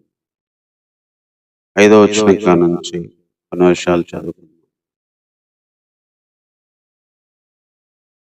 వరద చేతనైనట్లు నీవు వారిని పారగొట్టి వేయగా వారు ఎత్తింతురు. పొద్దున వారు పచ్చ గడ్డిని వలె చిగురింతురు. పొద్దున అది మొలిచి చిగురించును, సాయంకాలం అది పోయబడి వాడబారు. చిన్న మాట ప్రార్థన చేసుకుందాం. ప్రేమ కలిగిన దేవుడు, ఇంతవరకు ప్రభువా నిన్ను ఆరాధించడానికి నీ గురించిన తలంపులు మాకు ఇచ్చినందుకే వందనాలు ప్రభువా. కొన్ని తలంపులు మా గురించి ప్రభువా మేము తెలుసుకోవడానికి మీరు మాకు సహాయపడమని కోరుకుంటాం. ఈ ప్రార్థన మా రక్షకుడైన యేసుక్రీస్తు వారి నామములో ప్రార్థించి వేడుకుంటున్నాము తండ్రి. ఆమేన్. ఈ కీర్తన మరి మొదటి 4 వచనాల్లో దేవుని గురించి, దేవుని స్థితి గురించి, దేవుడు ఎవరు అనే దాని గురించి మోషే రాస్తూ వస్తే 5 నుంచి చివరి వరకు మనుషుడు ఎవరు, మనుషుని స్థితి ఏంటి, మనుషుని పరిస్థితి ఏంటి అని తెలియజేస్తూ వచ్చాడు. ఇక్కడ మనిషి స్థితి గురించి, ఇందులో కూడా మనిషి స్థితి ఏంటి అని చెప్పడానికి మోషే చెప్పిన పదాలు ఇక్కడ కొన్ని చెప్తున్నాడు. మనిషి స్థితి ఏంది, అసలు మనిషి ఎవరు, అసలు మనిషి ఎంత అనే దానికి ఇక్కడ ఏం చెప్తున్నాడంటే, వరద చేతనైనట్లు నీవు వారిని పారగొట్టి వేయగా వారు నిద్రించరు. మనిషిని స్థితి ఎంత అంటే, ఒక పూట వరద వచ్చి, ఒక రాత్రి వరద వచ్చి అన్ని కొట్టుకొని పోయినట్టు, ఒక వరదతో పారగొట్టి వేస్తే నిద్రించపోయే స్థితి మనుషులు. ఇంకొక పదాన్ని ఇక్కడ ఉపయోగించాడు ఆయన. పొద్దున్న వారు పచ్చ గడ్డి వల్లే చిగురింతరు, పొద్దున అది మొలిచి చిగురింతరు, జస్ట్ సాయంత్రానికి అది కోయబడి వాడవారు. మనిషి స్థితిలో రెండో విషయం ఇక్కడ ఏం చెప్తున్నాడంటే, ఉదయాన్నే చిగురించి, ఉదయాన్నే గడ్డి వల్లే పచ్చగా ఉండి సాయంత్రానికి కోసి వాడిపోయేవాళ్ళు. ఒక వరద వచ్చి ఒక కొట్టి వేస్తే లేకుండా పోయగలిగే స్థితి మనుషుంది. గడ్డి ఉదయం పచ్చగా ఉండి సాయంత్రానికి కోస్తే వాడిపోయినట్టు ఒక రోజులోనే ఉండి ఒక రోజులో పోయగలిగే ఒక గడ్డితో పోల్చాడు. ఇంకా మనుషుని స్థితి ఎలాంటిదంటే దేవుని కోపాన్ని ఉగ్రతను భరించి క్షీణించుకుంటా దిగులు పడుకుంటుంటా గడిపే బ్రతుకని చెప్తున్నాడు. 6వ వచనం 7వ వచనం, నీ కోపం వలన మేము క్షీణించుచున్నాము, నీ ఉగ్రతను బట్టి దిగులు పడుచున్నాం. మనిషి జీవితం ఎలాంటిదంటే అప్పటికి పోయబడే ఒక గడ్డి లాంటిది. అప్పటికి బాగానే ఉంటాడు, అప్పటికప్పుడు మరణం వస్తుంది. ఒక వరద వచ్చి కొట్టుకుపోతే ఏమి లేనట్టుగా వెళ్ళిపోయే బ్రతుకు. దేవుని కోపాన్ని ఉగ్రతను భరిస్తూనే క్షీణించుకుంటా పోయి దిగులు పడుకుంటా బ్రతికే బ్రతుకు.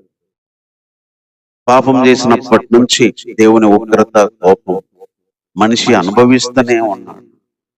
దిగులుతోనే జీవితం మొదలైంది. ఆ రోజు నుంచి వేదనలకు ప్రారంభం, బాధకి ప్రారంభమైంది.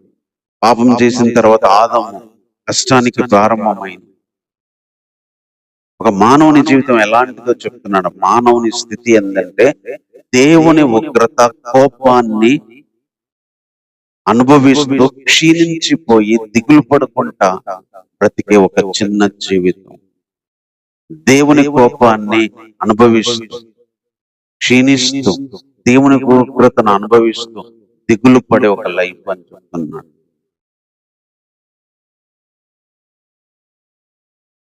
ఇంకా మానవుని స్థితి గురించి ఏం చెప్తున్నాడంటే దోషములు, రహస్య పాపాలను కలిగిన జీవితం. అదే ఇక్కడ చెప్తున్నాడు, మా దోషములు నీవు నీ ఎదుట ఉంచుకొని ఉన్నావు, నీ ముఖ కాంతిలో మా రహస్య పాపాలు కనపడచ్చు. మన పాపాలు ఆయన దగ్గర ఉంచుకున్నాడంట. మన రహస్యంగా చేసినవి కూడా ఆయన ముఖ కాంతిలో కనపడుతున్నాయంట. మనుషుని స్థితి ఎలాంటిదంటే పాపాలను, దోషాలను కలిగి ఉన్న స్థితి. పైన అంత గొప్పగా దేవుని చూసిన మనము కిందికి వచ్చేసరికి మోషే మానవుని జీవితాన్ని, ఆ మానవుడు జీవించే జీవితం బతుకుని, ఆ బ్రతుకులో మానవుడు కలిగి ఉన్న విషయాల్ని చెప్తూ వచ్చాడు. వరద పారగొట్టేస్తే నిద్రించిపోయే బ్రతుకులయ్యా, సాయంత్రానికి ఉదయం పచ్చగా ఉండి సాయంత్రానికి పోస్తే ఒక గడ్డి లాంటి వాళ్ళం, ఉగ్రతతో, కోపముతో, దిగులుతో క్షీణించిపోయే బ్రతుకులు, దీనికి తోడు దోషములు, రహస్య పాపాలు చేసుకుంటా నీ దృష్టిలో కనపడే వ్యక్తులు అని ఇంకా ఏం చెప్తున్నాడంటే, ఇంకా ఉగ్రతను భరించి నిట్టూర్పులతో గడిపే బతుకని చెప్తున్నాడు. 9వ వచనం, నీ ఉగ్రతను భరిస్తూనే మా దినములన్నీ గడిపితిమి, నిట్టూర్పులు విడిచినట్టు మా జీవిత కాలంలో జరుపుకుంటాం. మా లైఫ్ అంతా నిట్టూర్పులు, ఉగ్రతను భరిస్తూనే మా జీవితాలను గడిపేవారు. అంటే భూమి మీద ఒక మనిషి జీవితం ఎంతగా మరి బాధకి, ఉగ్రతకి, వేదనకి, నిట్టూర్పులకి కారణమో చెప్తున్నాడు. ఒక మనిషి జీవితం ఎంత అల్పమైందో, ఎంత పాపాలు కలిగిందో, ఎంత క్షీణించిపోయి దిగులతో బతికేదో, ఎంత భారంతో భరిస్తూ బతికేదో, ఎంత నిట్టూర్పులు విడుస్తూనే బతికేదో, ఎంత అల్పమైన జీవితమో మానవుని స్థితి. అసలు మానవుడు ఎవరు అని మోషే గారు చెప్పుకుంటూ వచ్చాడు. దీనికి తోడు దోషములు, పాపాలు చేసుకుంటూ బ్రతికే బ్రతుకు మాది. నీ కోపాన్ని అనుభవిస్తూ బ్రతికే బ్రతుకు మాది. నీ ఉగ్రతను భరిస్తూనే దిగులతో బతికే బ్రతుకు మాది. క్షీణించిపోయే బ్రతుకు మాది.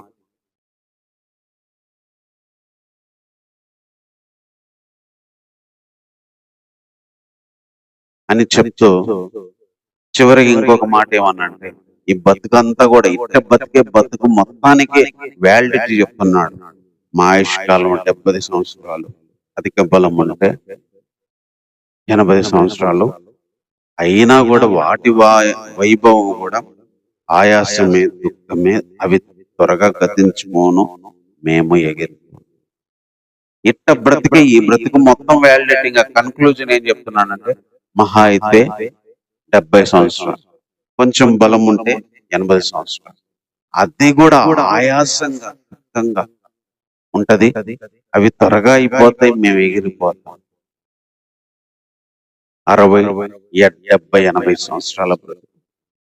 ఈ బతుకు కూడా దేంతో పోల్చాడు? దుఃఖంతో, బాధతో, దోషాలతో, పాపాలతో పరిస్థితి క్షీణించిపోయి దిగులు పడుకుంటా, దేవుని కోపాన్ని, ఉగ్రతను భరిస్తూ ఒక గడ్డిలాగా వాడిపోయాడు. ఒక వరదతో వచ్చి కొట్టుకొని పోతే లేకుండా పోయే అల్పమైన జీవితాలు మావి. ఇదంతా కూడా ఒక 70, 80 సంవత్సరాలు. అది కూడా ఆయాసం, దుఃఖము, అవి కూడా తొందరగా అయిపోతాయి, మేము ఎగిరిపోతాం. మనిషిని స్థితి ఇందాకేమో యుగ యుగాలు, తరతరాలు దేవుని గొప్పతనాన్ని గురించి మాట్లాడుకుంటే, దేవుడు ఉన్నతుడు, దేవునిలో ఏ బాధ లేదు, దేవునికి ఏ ఇబ్బంది లేదు, దేవునికి మరి దేవుని నిత్యత్వానికి ఏ లోటు లేదు. ఒక మనిషి జీవితము ఎంత చిన్నది, ఎంత అల్పమైంది, దాంట్లో ఎన్ని బాధలు ఉన్నాయి, దాని మొత్తం టైం ఎంత, అది ఎంత దుఃఖముతో, ఎంత క్షీణించి, ఎంత భరిస్తూ, ఎంత నిట్టూర్పులతో బతికేది. ఇదంతా మన చిన్న జీవితం. గడ్డిలాగా ఉదయం పచ్చగా ఉండే సాయంత్రానికి పోయబడి వాడిపోయే చిన్న లైఫ్. ఈ లైఫ్ టైం అంతా కూడా ఇలాంటి బాధలతో, దుఃఖాలతో, దోషాలతో, పాపాలతో, ఉగ్రతతో, దేవుని కోపాన్ని భరిస్తూ ఈ బతికే ఈ బతుకంతది కూడా 70, కొంచెం బలం ఉంటే 80, అది కూడా ఆయాసము, దుఃఖము, మేము వెళ్ళిపోతాము, అవి త్వరగా గతించిపోతాం. మానవుని యొక్క స్థితిని మోషే గారిడ కళ్ళకు కట్టినట్టు చూపిస్తాము. ఇది మా జీవితం. నువ్వు యుగ యుగాలు ఉండేవాడు, యుగ యుగాలు నువ్వే నివాస్తావు, నీ దృష్టిలో ఇంత ఇది అని చెప్పుకుంటూ మనిషి జీవితం ఇదయ్యా. మేము బ్రతికి 60, 70 ఏళ్ళ జీవితంలో మా స్థితి ఇది, మేము అనుభవించేది ఇది, మేము బ్రతికే ఇది అని మనిషి స్థితి గురించి చెప్తున్నాడు. ఇక్కడ రెండో విషయం ఏం చెప్తున్నాడంటే, ఇక్కడ 11వ వచనంలో, నీ ఆగ్రహ బలం ఎంతో ఎవరికి తెలియను, నీకు చెందవలసిన భయము కొలది పొట్టు నీ క్రోధము ఎంతో ఎవరికి తెలియదు. దేవుని యొక్క ఆగ్రహ బలము లేదా ఆయన కోపము ఎంతో మనకు తెలియదు. అంటే దేవుని గురించి మనకు తెలియదు, దేవుని కోపము తెలియదు, దేవుని ఆగ్రహ బలము తెలియదు, ఆయనకు రావాల్సిన భయము కొలది పుట్టే క్రోధం ఎంతో మనకు తెలియదు. ఇక్కడ మనిషికి చెప్తున్న విషయం ఏంటంటే, మనిషి అల్పమైంది, మనుషునికి దేవుని గురించి తెలియదు, దేవునికి ఇవ్వాల్సిన మహిమ, భయము ఇవ్వకపోతే ఆయనకి ఎంత కోపం వస్తుందో మనిషికి తెలియదు, ఆయన ఆగ్రహ బలానికి ఎంతో మనకు తెలియదు, దేవుని గురించి అవగాహన మనకు లేదు, దేవుడు వేసే శిక్ష మనకు తెలియదు, దేవుడు వేసే బాధ మనకు తెలియదు. ఈ లోకపరంగా కాదు, మనిషి దేవునికి లోపడకపోతే, దేవుని మాట వినకపోతే, దేవునిలోనికి రాకపోతే వేసే ఆ కోపము, ఆ శిక్ష ఎవరికి ఎప్పుడు తెలియదు. ఒక మనిషి చచ్చిపోయిన తర్వాత ఈ లోకంలో ఫ్లెక్సీలు వేసి, దినం చేసి, అయితే సమాజ్ చేసి, ఆ స్టేటస్లు పెట్టి, లేకపోతే సానుభూతి చెప్పి, గ్రీటింగ్స్ చెప్పి, ఇది తెలుసు. కానీ చనిపోయిన తర్వాత ఏం జరిగేది ఏ మనిషికి తెలియదు. దేవుడు ఏం చేస్తాడో తెలియదు, అక్కడ వాళ్ళని ఏమంటున్నాడో తెలియదు, వాళ్ళకి ఏం జరుగుతుందో తెలియదు. అందుకే ఇక్కడ చెప్తున్నాడు, మనిషికి నీ గురించి తెలియదయ్యా, నీ ఆగ్రహ బలం ఎంతో తెలియదు, ఎవరికి తెలుసు? నీకు చెందాల్సిన భయము కొలది పుట్టే నీ క్రోధం ఎంతో ఎవరికి తెలియను? నీ క్రోధం ఎంతో, నీ ఆగ్రహ బలం ఎంతో, నువ్వు అనుకుంటే ఏం చేయగలవో మాకేం తెలుసయ్యా? మానవుడికి ఏం తెలుసు? మనిషికి ఏం తెలుసు? ఆ రోజు దేవుని కోపం వచ్చింది. 40 రోజుల నీళ్లలో ఆ లోకాన్ని తీసేశాడు. ఈ రోజు కూడా దేవుని కోపం వచ్చింది. అగ్నితో ఈ ఆకాశాన్ని భూమిని తీసేస్తానని వాగ్దానం చేసి పెట్టుకొని ఉన్నాడు. మాట ఇచ్చాడంటే జరిగింది. తర్వాత రేపు తీర్పు తీర్చిన తర్వాత ఒకరికి ఈ శిక్షంతో దాని బాధ ఎంతో, అది యేసు ప్రభువు నోట్లో ఒక మాట చెప్తూ, అగ్ని ఆరదు, పురుగు చావదు, ఏడ్పు పండ్లు కొరుక్కోవడం ఉంటదన్న ఒక చిన్న క్లారిటీ ఇచ్చాడు. అందుకే ఆయనకు ఆగ్రహ బలం కానీ, ఆయనకు చెందాల్సిన భయం కొలిది పుట్టి ఆయన క్రోధం గాని ఎవరికి తెలుసు? ఎవరికి తెలియను? మనిషికి తెలియదు అనే దాని అర్థం. మనిషి స్థితి చెప్పాడు, మనిషి తెలియని విషయం కూడా చెప్తున్నాడు. మనకు తెలియదు. దేవుడు ఏం జరిగిస్తాడో తెలియదు, ఏం చేస్తాడో తెలియదు, ఆయన కోపం తెలియదు, ఆయన ఆగ్రహ బలం తెలియదు. అలాంటి స్థితి మానవుడు. తర్వాత ఇంకా ఏం చెప్తున్నాడంటే ఇక్కడ ఇంకా మూడో విషయం, మనము దేవుణ్ణి ఏమేమి ఈ మానవుడిగా బ్రతుకుతున్న మనము, ఈ స్థితిని కలిగిన మనం ఏమేమి కోరుకోవాలి దేవుణ్ణి అనే విషయాలు చెప్తూ ఉన్నాడు. ఏమేమి అడగాలి దేవుణ్ణి అనేది చెప్తున్నాడు. ఫస్ట్ విషయం ఏం చెప్తున్నాడు అంటే, మాకు జ్ఞాన హృదయము కలుగున్నట్లు చేయుము, మా దినములు లెక్కించుటకు మాకు నేర్పు. ఫస్ట్ విషయం మోషే చెప్తున్నది, ఒక మనుషునిగా మాకు జ్ఞాన హృదయము దయచేయి. మాకు జ్ఞాన హృదయము కావాలి. అందుకే పౌలు గారు కూడా ప్రార్థన చేస్తూ, నిన్ను తెలుసుకొనుట యందు మాకు జ్ఞానము ప్రత్యక్షత కలిగిన మనస్సు దయచేయమంటాడు. దేవుని గురించిన జ్ఞాన హృదయం, దేవుని గురించిన అవగాహన. అందుకే యెహోవా యందు భయభక్తులు కలిగి ఉండే జ్ఞానం, దేవుని తెలుసుకోవడమే జ్ఞానం. మనిషి లోకం ఎన్ని పోతాయి, దేవుడే ఉండేది, దేవునితోనే ఉండేది, దేవుడే అనేది తెలుసుకోవడమే జ్ఞానం. మనిషికి జ్ఞానము డబ్బు సంపాదించడంలో, వస్తువులను తయారు చేయడంలో, కొత్త కొత్తవి కనిపెట్టడంలో జ్ఞానం అనుకుంటున్నాం.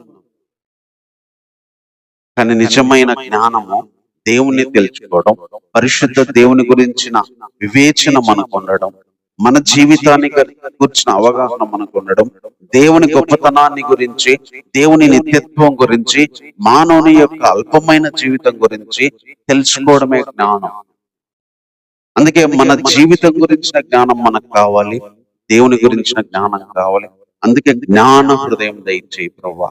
నా జీవితాన్ని నేను ఎలా చూడాలి, ఈ లోకాన్ని నేను ఎలా చూడాలి, నిన్ను ఎలా చూడాలి, నువ్వు ఈ చేయబోయేదాన్ని నేను ఎలా చూడాలి, నీతో ఉండబోయేది నేను ఎలా చేయాలని మోషే గారు చేస్తున్న ప్రార్థన, మాకు జ్ఞాన హృదయం దయచేయి, మా దినములు లెక్కించుటకు మాకు నేర్పు. మా రోజులు ఎన్ని అయిపోయాయి, ఇంకా ఎన్ని ఉన్నాయి, ఈలోపు మేము ఏం చెయ్యాలి, ఏం చేయకూడదు, ఎలా ఉండాలి, ఎలా ఉండకూడదు, మా దినాలు లెక్కించడం నేర్పించు. 20 అయిపోయినాయి, 30 అయిపోయినాయి, ఇంకా 30 ఉన్నాయి, లేకపోతే 40 అయిపోయినాయి, ఇంకొక 20 ఉన్నాయి. ఆ సంవత్సరాలు మా దినాలు అన్నాడు, సంవత్సరాలు కూడా కాదు, రోజులు లెక్క పెట్టుకోమన్నాడు. లోకంలో వాడతారు, రే రోజులు లెక్క పెట్టుకోం కానీ మరణానికి, రోజులు లెక్క పెట్టుకోమన్నాడు. మా దినాలు లెక్కించడం మాకు నేర్పించమన్నాడు. మరణానికి రోజులు లెక్క, దేవుని రాకడకు రోజులు లెక్క, దేవుడు ఈ సృష్టిని నాశనం చేయడానికి లెక్క పెట్టుకునే రోజులు లెక్క పెట్టుకోవడం, మా దినములు లెక్క పెట్టుకోవడానికి నేర్పించు. ఎన్ని అయిపోయినాయి, ఇంకా ఎన్ని ఉన్నాయి, ఎలా బ్రతకాలి, మా దినాలు బ్రతకడానికి మాకు నేర్పించు. అంటే మాకు దినాలు ఎలా గడపాలో మనకు తెలియదు, మనకు కావాల్సిన జ్ఞానం మనకు తెలియదు. ఒక మనిషి జీవితం ఇది, ఒక మనిషిని స్థితి ఇది. తర్వాత ఇంకొక మాట అడుగుతున్నాడు, 13వ వచనం, దేవా యెహోవా తిరుగుము, ఎంతవరకు తిరగకుందో నీ సేవకులను చూచి సంతాపపడము. పాప క్షమాపణను, దేవుని యొక్క సమాధానాన్ని మనము కోరుకోవాలి. ఇది మూడో విషయం ఇక్కడ మోషే గారు చెప్తుంది. జ్ఞాన హృదయం ఏమన్నాడు? దినాలను లెక్కించడానికి నేర్పించయ్యా, దయచేసి మా వైపు తిరుగు సంతాపపడయ్యా, మా గురించి బాధపడు, మా గురించి పట్టించుకో, మా గురించి ఆలోచించు, సంతాపపడు. సంతాప సభ, సంతాప పడుతున్నాము, సంతాపం ప్రకటిస్తున్నామనే పదాలు వింటాం. సంతాపపడు అంటే మా గురించి కొద్దిగా ఆలోచించు, మా గురించి కొద్దిగా బాధపడు, మమ్మల్ని చూడు, మేమున్నామని దృష్టి పెట్టు, మా వైపు తిరుగు, మాకు క్షమాపణ ఇవ్వు. నువ్వు క్షమిస్తేనే బ్రతుకుతాం, నువ్వు మా వైపు చూస్తేనే బ్రతుకుతాం.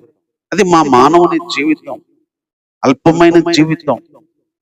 నువ్వు మానవుని లెక్క పెట్టడానికి అసలు మనుషుడు ఏ పార్టీ వాడు, కానీ మా వైపు చూడు, మమ్మల్ని దృష్టి పెట్టు అని దేవుని దగ్గర మనం బతిమాలుకునే ఒక స్థితి, దేవుని దగ్గర పాప క్షమాపణ కోలుకునే ఒక స్థితి, దేవుని ప్రతిరోజు అడగాల్సిన స్థితిని ఇక్కడ మోషే గారు తెలియజేస్తా ఉన్నారు. మా వైపు తిరుగయ్యా, మాకు క్షమాపణ ఇవ్వు, మా వైపు తిరిగి మాకు కరుణ ఇవ్వు, మా వైపు తిరిగి మాకు సమాధానం ఇవ్వు, మా వైపు తిరిగి మా మీద నీ యొక్క సంతాపాన్ని ప్రకటించు, మా మీద సంతాపపడయ్యా. అందుకే ప్రతిరోజు మన జీవితాల్లో కూడా దేవుని క్షమాపణ కోరుకోవాలి, దేవుడు మన వైపు తిప్పుకోవడం, దేవుడు మనతో ఉండడానికి మనం చూసుకోవాలి, ఆయన దగ్గర వేడుకోవాలి. అందుకని మనం చేసే స్తుతించడం, ఆయన గొప్పతనాన్ని, ప్రభువును ఆరాధించిన తర్వాత మనం చేసే ప్రార్థనలో ఇది. దేవుని తెలుసుకునేది, మన జీవితాలను తెలుసుకునేది, దాని తర్వాత దేవుని యొక్క సమాధానం, దేవుని క్షమాపణ, మన పాపాలను ఒప్పుకోవడం అనేది మనం చేయాల్సిన పని. తర్వాత ఇంకొక మాట చెప్తున్నాడు, ఏం కోరుకోవాలి అని. ఉదయమున నీ కృపతో మమ్మను తృప్తిపరచుము, అప్పుడు మేము సంతోషంగా మా దినములన్నీ కూడా ఉత్సాహించి సంతోషించుదాం. హృదయమున నీ కృపతో మమ్మను తృప్తిపరచుము. ఉదయాన్నే మనం టిఫిన్ చేస్తాం, లేదా టీ తాగుతాం. మన రోజు ఒక మనిషి జీవితం భూమి మీద బతకడానికి, తృప్తిగా సంతోషంగా బతకడానికి ఉదయాన్నే కృపతో తృప్తి పడాలని, అది మోషే గారు కోరిన అద్భుతమైన కోరిక. ఉదయమున నీ కృపతో తృప్తిపరచు, అప్పుడు మా దినములన్నీ మేము సంతోషంగా ఉత్సహించి గడుపుతాం. దేవుని కృపతో తృప్తి పొందకుండా మన రోజుల్లో తృప్తి రాదు, మన జీవితంలో తృప్తి రాదు, మన సంవత్సరాల్లో తృప్తి రాదు. ప్రతిరోజు ఉదయం అంటే ప్రతి ఉదయమున కృపతో తృప్తిపరచు అంటారు. అందుకే ప్రతి ఉదయం దేవుని, మానవుడికి కావలసినవి ఇవన్నీ, మానవుడు కోరుకోవాల్సినవి ఇవన్నీ. మోషే గారు చెప్తుంది, ప్రతి ఉదయము ఆయన లోక ఆహారం కాదు, శరీర ఆహారం కాదు, నీ కృపతో తృప్తిపరచు, అప్పుడు సంతోషం ఉత్సాహం మాకు వచ్చింది అని చెప్తున్నాడు. అందుకే ప్రతిరోజు మనకు దేవుని కృప కావాలి.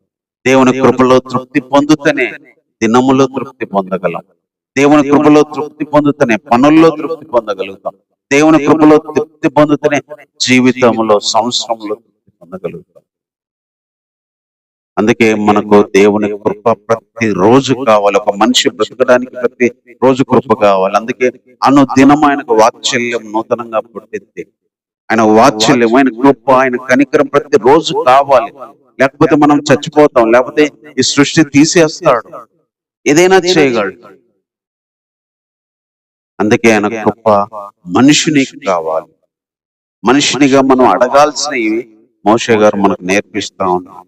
తర్వాత ఇంకొక విషయం, ఏం అడగమంటున్నాడంటే, నీవు మమ్మల్ని శ్రమపరిచిన ఏండ్ల కొలది, మేము కీడు అనుభవించిన ఏండ్ల కొలది మమ్మను సంతోషపరచు. మంచి మంచి పదాలు ఇక్కడ ఉపయోగించాడు. జ్ఞాన హృదయము కలిగేటట్టు చెయ్యి, దినాలు నేర్పించు, లెక్క పెట్టడము, సంతాపపడుము, తృప్తిపరచుము, సంతోషపరచు. సంతాపపడము, తృప్తిపరచుము, సంతోషపరచు. మేము ఎన్నేళ్ళైతే శ్రమ అనుభవించామో, ఎన్నేళ్ళైతే కీడు అనుభవించామో, ఆ లెక్క ప్రకారము మాకు సంతోషపరచుము, సంతోషపరచుము. దేవుడు సంతోషపరుస్తే తప్ప మనకు సంతోషం రాదు. దేవుడు సంతోషం ఇస్తే తప్ప సంతోషం రాదు. శ్రమ అనుభవించిన ఏళ్ళకు బదులుగా సంతోషం, కీడు అనుభవించిన ఏళ్ళకు బదులుగా మేలు అనుభవిస్తే సంతోషం.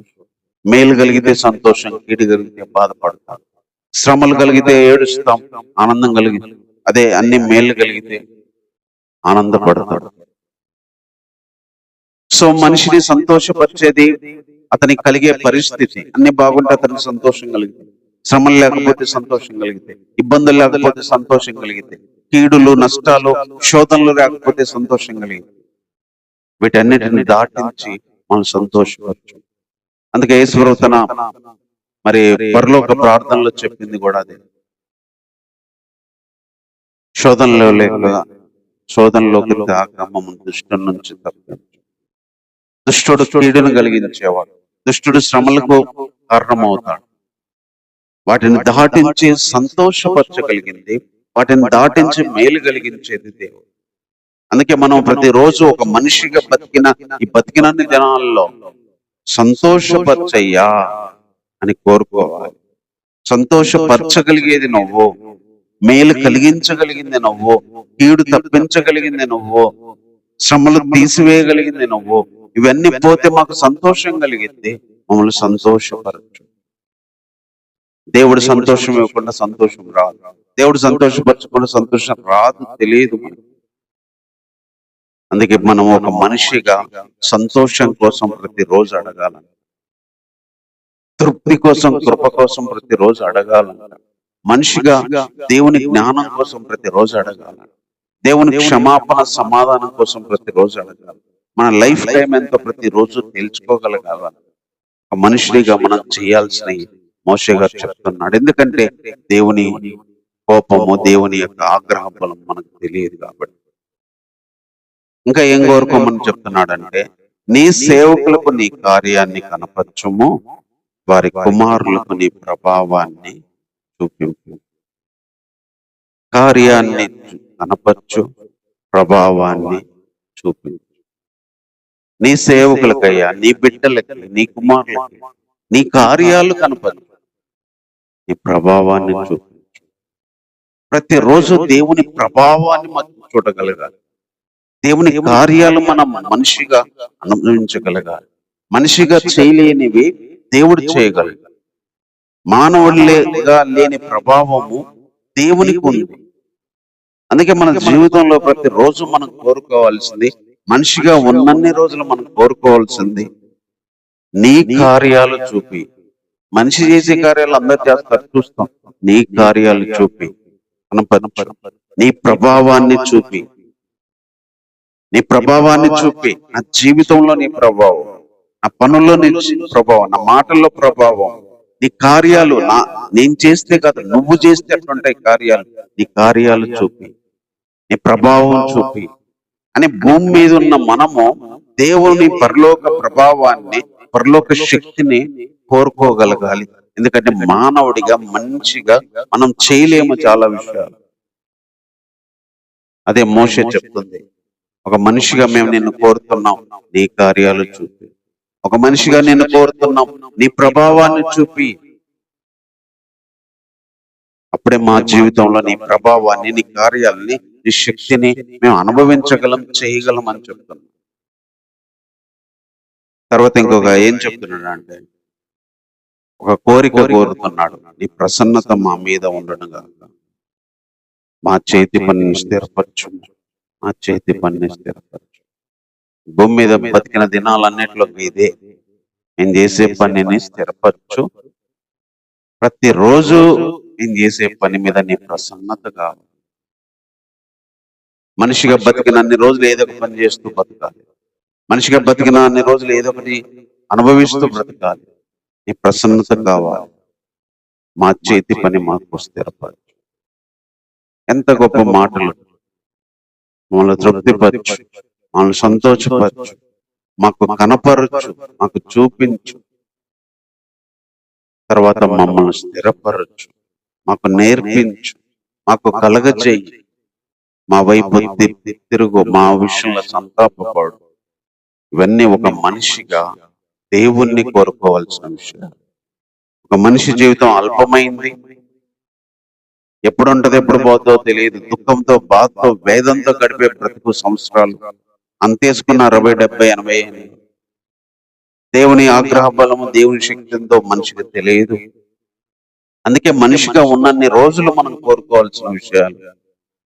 ఫస్ట్ మనకు జ్ఞాన హృదయము, మన రోజులు లెక్క పెట్టడము, దేవుడు మన వైపు తిరిగి సంతాపడము, ప్రతిరోజు కృపతో స్థిరపరచడం, సంతోషపరచడము, తర్వాత ప్రతిరోజు ఆయన కార్యాల ప్రభావాలు చూడబడడం, ప్రతిరోజు ఆయన ప్రసన్నత మన పనులలో స్థిరపరచడానికి ఉండడం. ఇది ఒక మానవుడిగా మట్టికి మారక ముందు మనం చేయాల్సినవి. 60, 70 ఏళ్ళలో ఉన్న ఈ జీవితంలో, 80 ఏళ్ళలో ఉన్న ఈ జీవితంలో మనం చేయాలని కోరుకోవాల్సింది. కాబట్టి మోషే గారు దేవుని గొప్పతనాన్ని ఒక పక్క చెప్తూనే ఈ అధ్యాయంలో మానవుని యొక్క ఒక అల్పమైన, తెలియని, కోరుకోవాల్సిన జీవితాన్ని పరిచయం చేశాడు. కాబట్టి మాటలను బట్టి ప్రార్థన చేసుకుంటాం. ప్రేమ కలిగిన దేవానికి వందనాలు చెల్లిస్తున్నాను. దేవా, ఒక మనిషి జీవితం ఎంత అల్పమైందో తెలియజేశారు ప్రభా. ఎవరితో వచ్చి అన్ని కొట్టుకొని పోతే ఒక రాత్రిలోనే ఎన్నో పోయినట్టుగా ప్రభా. ఎంతో మంది ఈ రోజు మనుషుల నుంచి వెళ్ళి మట్టిలోకి వెళ్ళిపోయారు. ఎంతో మంది యాక్సిడెంట్లు, ఎంతో మంది అనారోగ్యాలు, ఎంతో మంది ఇబ్బందుల్లో ప్రభా ఈ భూమిని వదిలిపెట్టి వెళ్ళిపోయారు ప్రభా. ఉదయం పచ్చగా కనపడి సాయంత్రానికి వాడిపోయిన వాళ్ళు, ఎంతో మంది ఒకప్పుడు బాగా జీవించిన వాళ్ళు ఈరోజు మట్టికి వెళ్ళిపోయారు ప్రభా. దుఃఖంతో, కోపంతో, క్షీణించి, నిట్టూర్పులతో, దోషములతో, పాపములతో బ్రతికే బ్రతుకు మాది దేవ. 60, 70 ఏళ్ళ అల్పమైన జీవితం మాది. మానవుని స్థితి ఎంతో అల్పమైంది ప్రభా. మానవుడికి నీ గురించి తెలియదు ప్రభా. మానవుడికి నీ గురించిన అవగాహన లేదు ప్రభా. అందుకే మాకు కావాల్సినవి మేము కోరుతున్నాం దేవా. నిన్ను తెలుసుకునే జ్ఞానం దయచి, మేమేంటో తెలుసుకునే జ్ఞానం దయచి, మా దినాలు మాకు లెక్కించడానికి నేర్పించు ప్రభా. దినాలను మేము ఎలా వినియోగించాలో నేర్పించు తండ్రి. మమ్మల్ని సంతోషపరచు ప్రభా. మా విషయంలో సంతాపపడండి, మా వైపు తిరగండి, మాకు క్షమాపణ ఇవ్వండి దేవా. నీ కనికరం చూపించు దేవా. నీ క్షమాపణతో మమ్మల్ని నింపండి దేవా. నీ జాలితో మమ్మల్ని నింపండి, నీ కృపతో నింపండి ప్రభా. ప్రతిరోజు నీ కృపతో తృప్తిపరచు దేవా. కృపతో తృప్తి పొందకుండా మా దినంలో తృప్తి పొందలేము దేవా. మా దినంలో ఉత్సాహం ఉండదు, సంతోషం ఉండదు. నీ కృప లేకపోతే ఏది ఉండదు దేవా. దయచేసి కృపతో తృప్తిపరచండి దేవా. నైనా నీ కార్యాలు చూపించు దేవా. నీ ప్రభావాన్ని చూపించు దేవా. మనిషిగా మేము ఏమీ చేయలేము దేవా. మనిషిగా మేము చేయగలిగిన కార్యాల కంటే ఉన్నతమైనవి నీ కార్యాలు. నీ ప్రభావం ఎంతో గొప్పది. రోజు ఇశ్రాయేలు మా పితరులకు చూపించిన ఆ కార్యము, ప్రభావము దేవా. నీ కార్యాలు అద్భుతములు దేవా. ఒక మనిషి జరిగించలేడు దేవా. అలాంటి కార్యములు, అలాంటి ప్రభావం మా ఆత్మీయ జీవితంలో, శరీరపరమైన జీవితంలో, సంఘపరమైన జీవితంలో, మా పనుల్లో నీ కార్యము, నీ ప్రభావాన్ని చూపించు దేవా. అనుభవించిన ఈ కీడు కొలది, అనుభవించిన శ్రమల కొలది సంతోషాన్ని కూడా దయచి దేవా. ప్రతిరోజు నీ ప్రసన్నత దేవా, నీ బ్యూటీ దేవా, నీ గుణలక్షణమైన ప్రసన్నత కలిగిన ఆ హృదయం మా మీద ఎప్పుడు కోరుతున్నాం దేవా. ప్రతి దినము నీ ప్రసన్నత ఉండాలి. మేము చేసే పనుల్లో నీ స్థిరపరచడం ఉండాలి ప్రభు. ఒక అల్పమైన మా జీవితాలని దేవా, ఒక అల్పమైన మా బ్రతుకుల్ని దేవా మీరు కృపతో జ్ఞాపకం చేసుకోండి. మా స్థితి తెలియజేశారు, మాకేం తెలియదో తెలియజేశారు, మేము ఏం కోరుకోవాలో మీరు తెలియజేస్తూ వచ్చారు మోషే గారి ద్వారా ప్రభు. వాక్యం నాలో అందరూ ఫలింపచేయండి. వాక్యం ఎంతమందికి అవసరమో దేవా వారి దగ్గరికి మీరే తీసుకెళ్ళండి. ఈ తలంపులను దీవెనకరంగా చేయండి. తలంపుల ప్రకారం నేను విన్నవారు ప్రభా మరి ఆత్మీయ జీవితంలో తెలుసుకొని మా జీవితాన్ని గురించి, మనిషి స్థితి గురించి ఒక అవగాహన, మా వే ఆఫ్ థింకింగ్ మార్చుకోవడానికి సహాయం చేయండి. మా జీవితాన్ని, మా సంవత్సరాలని మేము చూసే విధానాన్ని మార్చుకోవాలి. మా జీవితంలో ఏం కోరుకోవాలో మేము నేర్చుకోవాలి.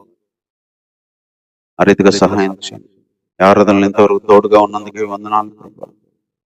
వారం అంతా మీ సన్నిధి ఉంచండి, మీ ఆత్మను ఉంచండి, మీ సహాయం ఉంచండి.